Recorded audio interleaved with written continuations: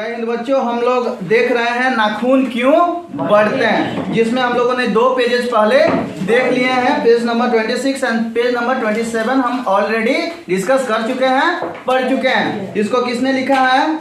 हजारी प्रसाद द्विवेदी ने। उनके बारे में थोड़ा सा पढ़ते रहिएगा, समझते रहिएगा, ठीक है ना। यहाँ से ऑब्जेक्टिव हजारी प्रसाद द्विवेदी से संबंधित ऑब्जेक्टिव क्वेश्चन एग्जाम में आते हैं, ठीक है ना। चलिए, मेरा मन पूछता है, क्या? मेरा मन पूछता है। चलो अपना उंगली किताब पे रखो, बढ़िया से याद हो जाएगा। मेरा मन पूछता है किस ओर? मेरा मन पूछता है किस ओर? मनुष्य किस ओर बढ़ रहा है? कहाँ जा रहा है इस समय? मनुष्य किस ओर बढ़ रहा है? पशुता की ओर या मनुष्यता की ओर? पशुता की ओर या मनुष्यता की ओर? मनुष्य जो है पशुता की ओर जा रहा है कि मनुष्यता की ओर जा रहा है? आप बताओ कहाँ जा रहा है इस समय मनुष्य? तो बम क्यों बना रहा है? बड़का बड़का मिसाइल क्यों बना रहा है? बम वर्षक विमान क्यों बना रहा है? ठीक है, चलिए आगे बढ़ते हैं। सोचिए, अस्त्र बढ़ाने की ओर या अस्त्र काटने की ओर? मेरी निबंध बालिका ने मानो मनुष्य जाति से प्रश्न किया है, ठीक है ना। मेरी निर्बोध बालिका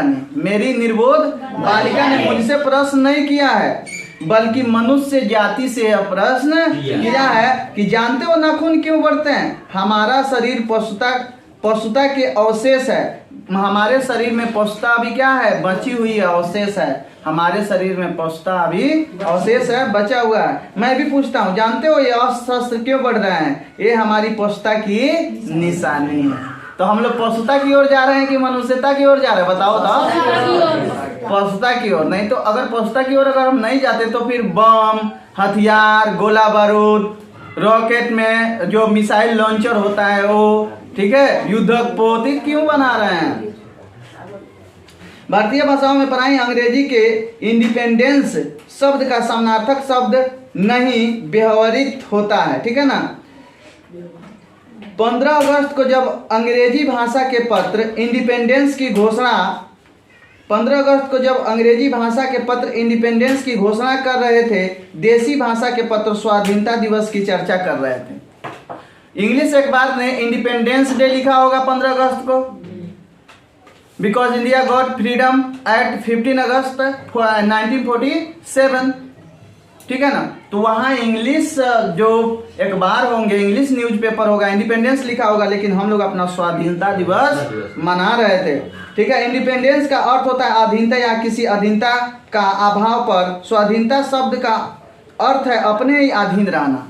अधीनता का अर्थ होता है किसी के अधिकार में रहना, लेकिन स्वाधीनता का अर्थ होता है अपने अधिकार में रहना, किसी के अधिकार में नहीं रहना। अंग्रेजी में तो कहना हो तो सेल्फ डिपेंडेंस कह सकते हैं। अंग्रेजी में कहना हो तो सेल्फ डिपेंडेंस कह सकते हैं। मैं कभी कभी सोचता हूँ कि इतने दिनों तक अंग्रेजी की अनुवर्तिता करने के बाद भी भारतवर्ष इंडिपेंडेंस को अधीनता क्यों नहीं कह सका? इंडिपेंडेंस को भारत अधीनता क्यों नहीं कह सका? उसे अपनी आज़ादी के जितने भी नामकरण किए, स्वतंत्रता, स्वराज्य, स्वाधीनता, उन सब में स्व का बंधन अवश्य रखा। यह क्या संयोग की बात है, या हमारी समूची परंपरा ही अनजाने में हमारी भाषा के द्वारा प्रकट होती रही है? मुझे प्राणी विज्ञान की बात फिर याद आती है। सहजात वृत्ति अनजानी स्मृतियों का ही नाम है। सहजात वृत्ति अनजानी स्मृतियों का ही नाम है। यानी कि सहजात वृत्ति जो हमारे अंदर जो पेशा है, जो वृत्ति है, वह क्या है? तो वह अनजानी स्मृतियों का, जो अनजानी स्मृतियां हमारे अंदर है, उसी की क्या है? रूप है, उसी की क्या है? देन है, ठीक है ना। स्वराज होने के बाद संभवतः ही हमारे नेता और विचारशील नागरिक सोचने लगे हैं कि इस देश को सच्चे अर्थ में सुखी कैसे बनाया जाए, ठीक है ना। स्वराज्य प्राप्ति के बाद हमारे नेता यह सोचने में लग गए कि इस देश को सुखी, शांति वाला और समृद्ध कैसे बनाया जाए, ठीक है। तो यहाँ पे हम देखें तो हमारा इतिहास सुखी कैसे बना जाए, हमारे देश के लोग पहली बार यह सोचने लगे हो, ऐसी बात नहीं। हम लोग बहुत पहले से ही बात सोचते आ रहे हैं। हमारा इतिहास बहुत पुराना है। हमारे शास्त्रों में इस समस्या को नाना भावों और नाना पहलुओं से विचारा गया है। हम कोई नौसिखिए नहीं हैं, रातों रात अनजान जंगल में पहुंचकर आरक्षित छोड़ दिए गए हों। हम कोई नौसिखिया, नौसिखिया मतलब क्या होता है, जैसे कोई चीज़ हम कोई नया सीखता है ना, उसको नौसिखिया बोला जाता है। जैसे हम लोग साइकिल नया चलाना सीख रहे हैं तो नौसिखिया साइकिल चलाने वाला भजाक भजाक गिरता है कि नहीं गिरता है, तो हम लोग नौसिखिया नहीं है। नौसिखिया मत समझो हमको, बात बुझा रहा। रातों रात अनजान जंगल में पहुंचा कर हमको नहीं छोड़ दिया गया। हमारी परंपरा महिमामयी, उत्तराधिकार विपुल और संस्कार क्या है, उज्ज्वल है। हमारी परंपरा महिमामयी है, उत्तराधिकार विपुल है और संस्कार क्या है, उज्ज्वल है। ठीक है, हमारे अनजाने में भी ये बातें खास दिशा में सोचने को प्रेरणा देती है। हमारे अनजाने में भी हम लोग यह बात क्या कर सकते हैं, सोच। अब नाखून क्यों बढ़ते हैं, कितना छोटा प्रश्न छोटी बच्ची के द्वारा बोला गया। अब देखिए उस प्रश्न के आधार पर यह क्या क्या बोल रहे हैं। जब ये बहुत इतनी बातें बोल रहे हैं तो आप भारतीयों के बारे में पता नहीं लगा रहे कि एक प्रश्न का जवाब वह कितने बेहतरीन और कितने ज्ञान की तरह से दिया जा सकता है, कितने ग्रंथवादी तरीके से इसको जवाब दिया जा सकता है। देख रहे हैं, प्रश्न छोटा सा एक लड़की ने पूछा और लेखक कितना बेहतरीन तरीके से इसको क्या कर रहा है, समझा रहा है। ठीक है, आगे हम लोग बढ़ते हैं कि महिमा विपुल है। हमारे अनजाने में भी ये बातें खास दिशा में सोचने को प्रेरित करती हैं। यह जरूर है कि परिस्थितियां बदल गई हैं, उपकरण नए हो गए हैं और उलझनों की मात्रा भी बहुत बढ़ गई है, पर मूल समस्याएं बहुत अधिक नहीं बदली हैं। भारतीय चित्त जो आज भी अधीनता के रूप में न सोचकर स्वाधीनता के रूप में सोचता है, वह हमारे दीर्घकालीन संस्कारों का फल है। हम जब अधीन भी थे तब भी स्वाधीनता की तरह ही सोचते थे और पूर्ण रूपे न हमें तो कोई अधीन कर ही नहीं सका। हाँ, अंग्रेजों ने कुछ हमारे ऊपर रूल किया, हमारे ऊपर शासन किया, लेकिन संपूर्ण भारत वे कभी जीत नहीं सके। कहीं ना कहीं लड़ाइयाँ होती रहीं, कहीं ना कहीं अंग्रेजों से हमारे यहाँ के लोग लड़ते रहे और अंत में चल करके 15 अगस्त 1947 को हम लोगों ने अंग्रेजों से अपना देश आज़ाद करा लिया, छीन लिया। ठीक है, चलिए आगे बढ़ते हैं। तो ये स्वाधीनता वाली जो सोचने वाली जो प्रेरणा है, स्वाधीनता के आधार पर अगर हम सोचते हैं तो यह हमें विरासत में मिली है, ये नया नया कोई चीज नहीं है। ठीक है ना। उसके बाद कहना है कि हमारे दीर्घकालीन संस्कारों का फल है, वह स्व के बंधन को आसानी से छोड़ नहीं सकता। स्व के बंधन को वह आसानी से छोड़ नहीं सकता। जैसे स्वाधीनता, अधीनता के जगह पर क्या है, स्वाभिमान, स्वराज्य। देख रहे हो, ये सब किसके शब्द हैं, यह भारतीयों के शब्द हैं। हम स्व कभी छोड़ नहीं सकते। ठीक है ना। तो हमको सिखाइए उखाइए मत, बात बुझा रहा है। हमारी संस्कृति नहीं छोड़ सकते। अपने आप के द्वारा लगाया गया बंधन हमारी संस्कृति की बड़ी भारी विशेषता है। हमने अपने आप के ऊपर बंधन लगाया है। ठीक है, और यह हमारे संस्कृति का एक महान देन है, एक महान उपलब्धि है। ठीक है, विशेषता। मैं ऐसा तो नहीं मानता कि जो कुछ हमारा पुराना है, जो कुछ हमारा विशेष है, उससे हम चिमटे ही रहें, उसे हम चिमटे भी रहें। ऐसा भी हम लोग नहीं मानते कि हम पुरानी चीज़ों के प्रति, चाहे पुरानी चीज़ों को ही लेकर के आगे बढ़ रहे हैं।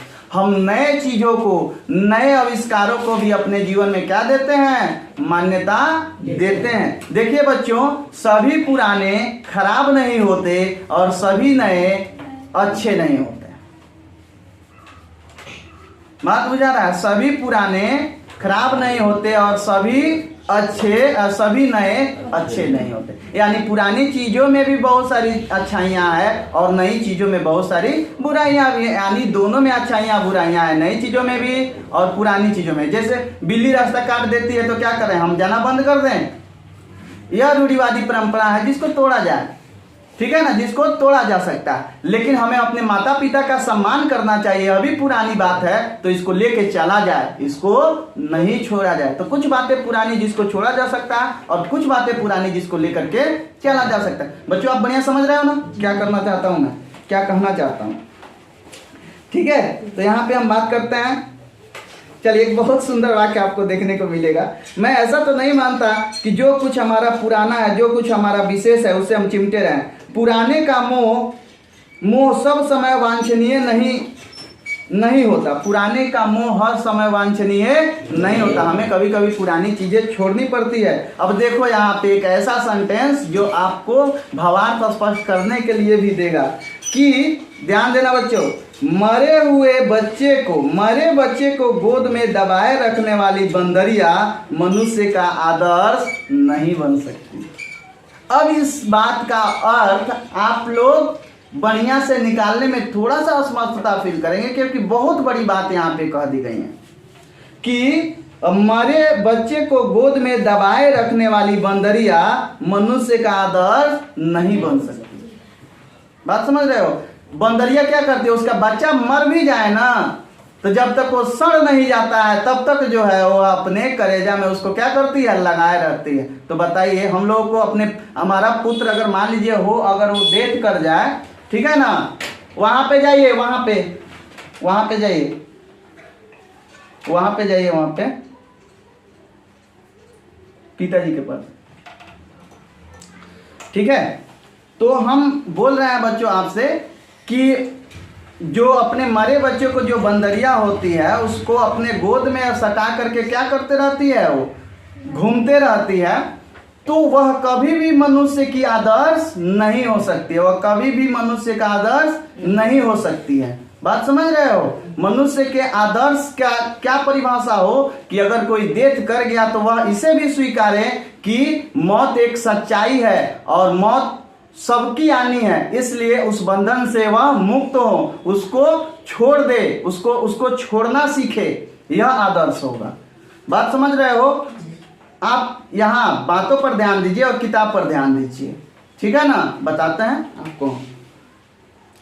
देखिए मैं बोल रहा हूं कि एक जो है बंदरिया जो अपने बच्चे को गोद में लेकर के घूमते रहती है, वह कभी भी मनुष्य का आदर्श नहीं हो सकती है।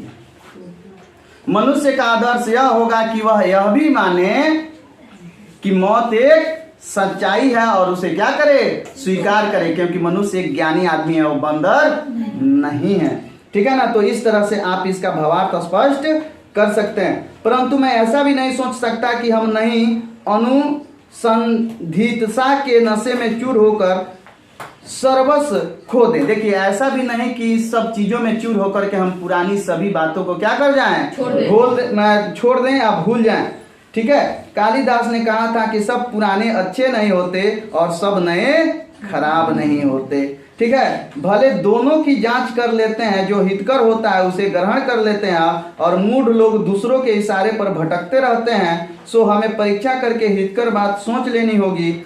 और अगर हमारे पूर्व संचित भंडार में वह हितकर वस्तु निकल आवे तो इससे बढ़कर और क्या हो